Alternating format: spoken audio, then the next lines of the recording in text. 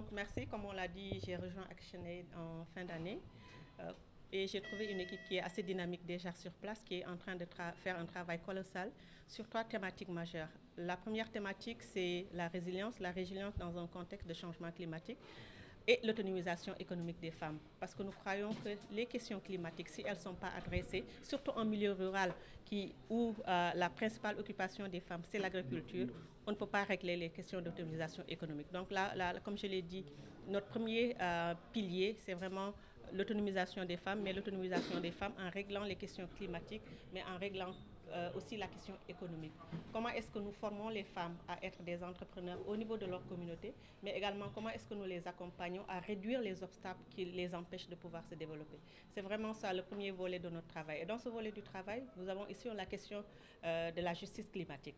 La gestion de la justice climatique en relation avec la question de la justice de genre. Parce que comme le secrétaire général l'a dit tout à l'heure, nous savons que les pays du Nord global sont les pays qui polluent le plus.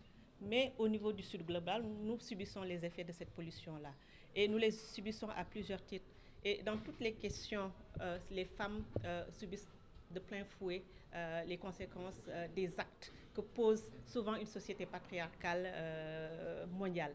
Donc nous accompagnons beaucoup les femmes dans leur résilience dans un contexte de changement climatique, mais nous voulons également faire le plaidoyer au niveau des autorités pour que l'argent qui est investi au niveau de l'agriculture, pour qu'on puisse investir dans l'agriculture écologique comme moyen de résilience dans un contexte de changement climatique. Ça, c'est le premier volet de notre travail. Le second volet de notre travail, c'est les questions d'éducation. Et nous abordons les questions d'éducation sur 2 angles. Le premier angle, c'est vraiment d'adresser la question des infrastructures. Dans beaucoup de nos communautés, sur les communautés dans lesquelles nous travaillons, Kédougou, Tamba et Fatick, beaucoup d'élèves utilisent toujours les abris provisoires et beaucoup de jeunes filles sont obligées de quitter l'école parce qu'elles ont vu leur menstrues. Donc nous investissons aussi bien dans la mise en place d'infrastructures scolaires à travers la construction de salles de classe ou la rénovation de salles de classe, mais également à travers la mise en place de blocs sanitaires pour les filles, pour leur permettre, pendant les périodes de menstrues, de venir tranquillement à l'école.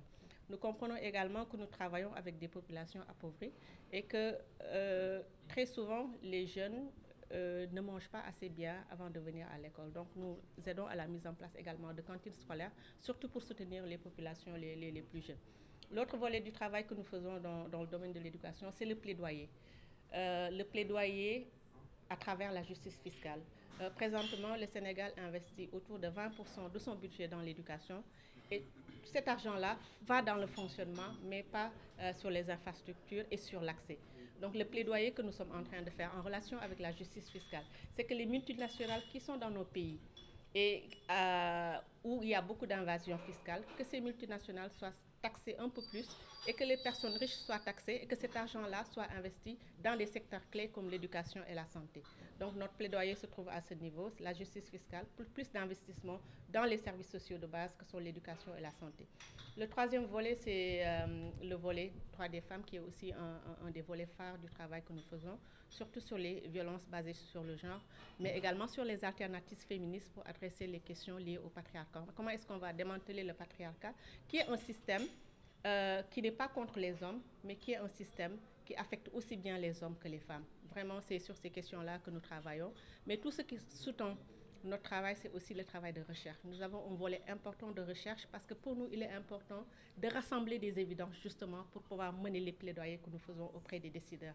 Merci. Je vous remercie.